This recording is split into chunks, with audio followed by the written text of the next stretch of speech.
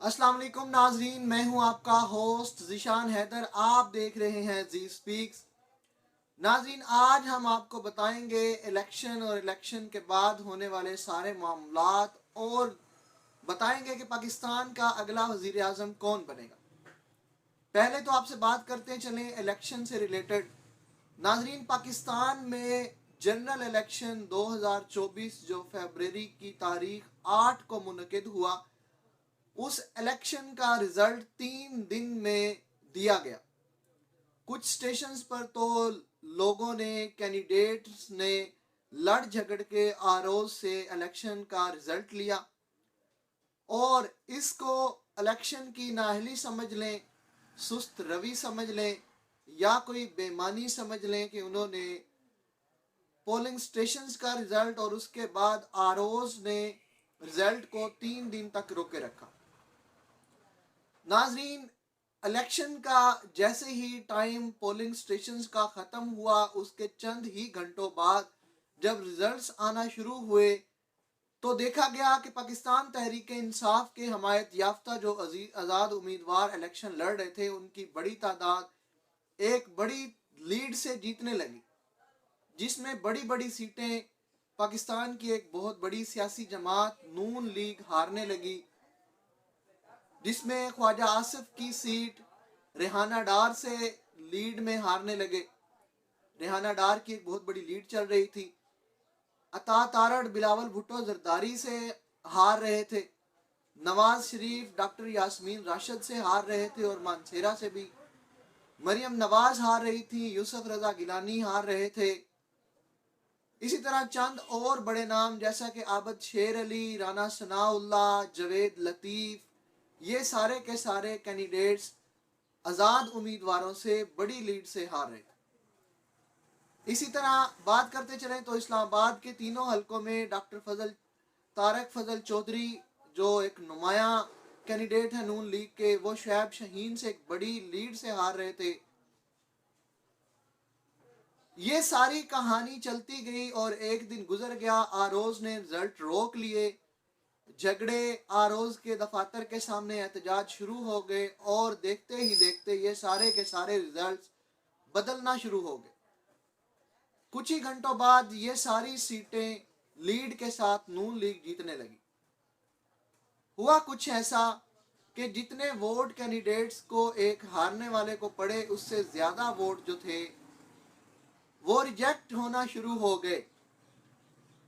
सबसे पहले बात करते चलें तो नवाज शरीफ का हलका जो यास्मीन राशिद से उनका मुकाबला था, वहां पे देखा गया कि एक पोलिंग स्टेशन का जो फॉर्म 45 सामने आया, उसमें नवाज शरीफ और यास्मीन राशिद के अलावा पीपल्स पार्टी के कैंडिडेट, जमात इस्लामी के कैंडिडेट और 2 आज़ाद उम्मीदवार खड़े थे, जिनके फॉर्म 45 पे उस पूरे हलके में वोट किसी के 100, किसी के 100 से कम, इस तरह वोट निकल रहे थे। जब आरओ ने फॉर्म नंबर 47 इशू किया तो उसमें उन चारों पांचों कैंडिडेट्स के जो वोट थे उनको 0-0 कर दिया गया।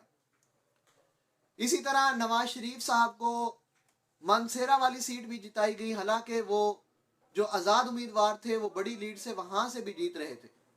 मरियम नवाज को इसी तरह जिताया गया, अता तारड़ को ऐसे जिताया गया, ख्वाजा आसिफ को ऐसे जिताया गया। हालांकि फॉर्म 45 जितने भी रेहाना डार के पास मौजूद है, उन सब में रेहाना डार की बहुत बड़ी लीड है ख्वाजा आसिफ के खिलाफ। दूसरी तरफ देखते चले मुल्तान के हल्का, जहां से यूसुफ रजा गिलानी इलेक्शन लड़ रहे थे, तो उनको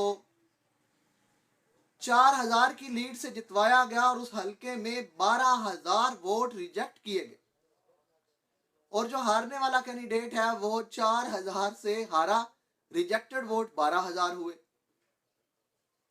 नाजरीन, इसको क्या कहेंगे आप, धांधली कहेंगे या धांधला?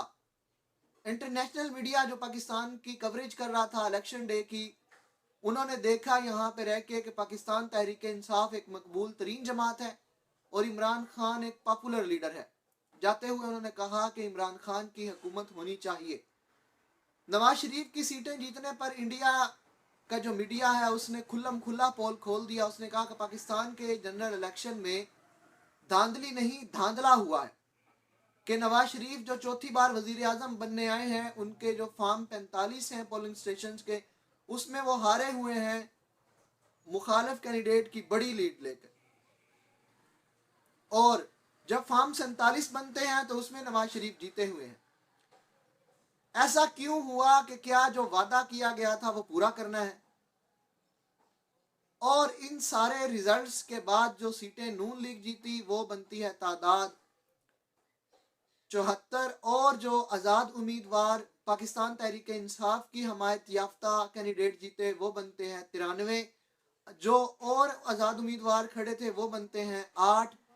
MQM ने जीती 17 सीटें, पाकिस्तान पीपल्स पार्टी ने जीती 54 सीटें, और फजल रहमान ग्रुप ने जीती 4 सीटें, इस्तेकाम पाकिस्तान ने जीती 2 सीटें, और इस तरह ANP, BAP, MWM और कई तादाद में ऐसी जो छोटी पार्टियां हैं जिन्होंने एक एक सीट जीती। काफ लीग ने 3 सीटें जीती। नाजरीन, अब हुआ क्या कि जो आज़ाद उम्मीदवार फार्म 45 पे जीते हुए थे, उन्होंने अता तारड़ का हल्का बिलावल भुट्टो जरदारी साहब ने चैलेंज कर दिया हाई कोर्ट में। नवाज शरीफ वाला हल्का मानसेरा से और लाहौर से यास्मीन राशिद और एक और आज़ाद उम्मीदवार ने चैलेंज कर दिया हाई कोर्ट में। मरियम नवाज का हल्का चैलेंज हो गया, रेहाना डार और ख्वाजा आसफ वाला हल्का चैलेंज हो गया, शुएब शाहीन और डॉक्टर तारक फजल चौधरी वाला नुमाया जो अक्सरियत दी गई उसको डॉक्टर तारक फजल चौधरी को, वो चैलेंज हो गया। इलेक्शन कमीशन ने ये सारे के सारे रिजल्ट्स रोक दिए। अब ये 3 दिन में बनने वाले रिजल्ट्स और इनके फॉर्म 45 आज़ाद उम्मीदवारों के पास और नून लीग के पास भी हैं। कल एक मुस्तनद जराए से हमें पता चला कि जो नून लीग के दफ्तर से फॉर्म 47 शाया होते हैं उस पर नून लीग के कैंडिडेट जीते होते हैं, और जो आरोज के दफ्तर पर शाया होते हैं उनमें नून लीग के कैंडिडेट सीटें हारे होते हैं। नाजरीन, अवाम का मैंडेट यहाँ पे चुराया जाएगा, क्योंकि अवाम ने बड़ी अक्सरियत में जिता दिया पाकिस्तान तहरीक इंसाफ के हमायत याफ्ता कैंडिडेट्स को। अब नून लीग कह रही है कि हमारा वजीर आजम बने, बिलावल भुट्टो जरदारी के वालिद की ख्वाहिश है कि बिलावल बने। यहाँ पे एक शेर याद आया कि हजारों ख्वाहिशें ऐसी कि हर ख्वाहिश पे दम निकले। तो नाजरीन, इस मैंडेट को चुरा के फिर से PDM बनेगी। जोड़ तोड़ शुरू है। कुछ आज़ाद उम्मीदवार जो पाकिस्तान तहरीक इंसाफ की हमायत के बगैर इलेक्शन लड़ रहे थे, उन्होंने नून लीग को ज्वाइन करना शुरू कर दिया है, और कुछ पाकिस्तान पीपल्स पार्टी में जाना चाहते हैं।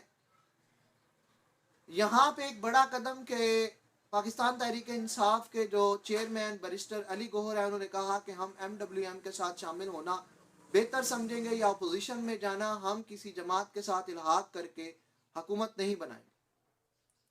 नवाज शरीफ धांधली से बनेंगे अचकन पहने।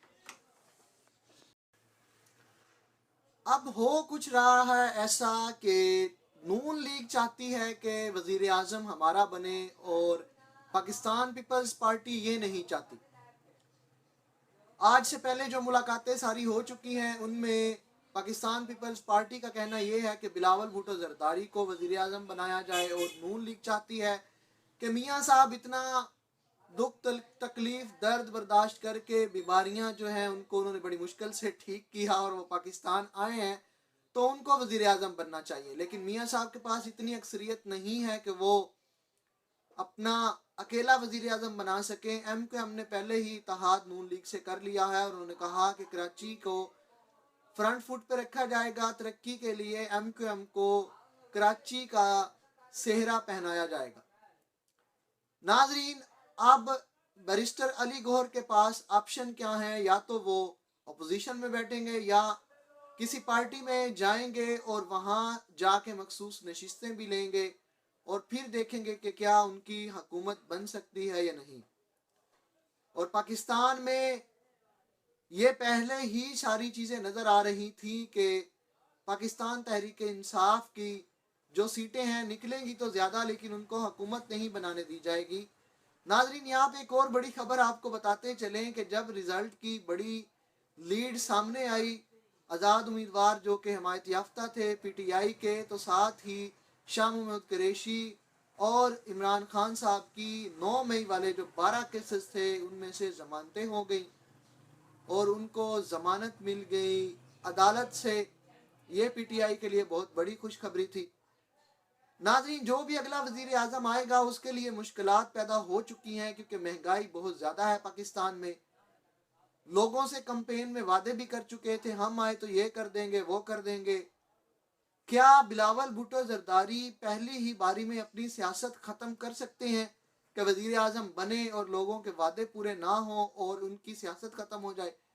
क्या आसफ अली जरदारी एक ऐसे मंजे हुए प्लेयर हैं जो अपने बेटे को बली का बकरा बनाएंगे? क्या नून लीग लोगों का एतमाद हासिल कर सकेगी वजीर आज़म बना के अपना? बड़े बड़े नाम तो इस गेम से बाहर हो चुके हैं। क्या नई टीम के साथ नवाज शरीफ इस तरह खेल सकेंगे कि मैच जीत जाएं और 5 साल जो है पूरे करें? ये देखेंगे और बताएंगे आपको बाद में।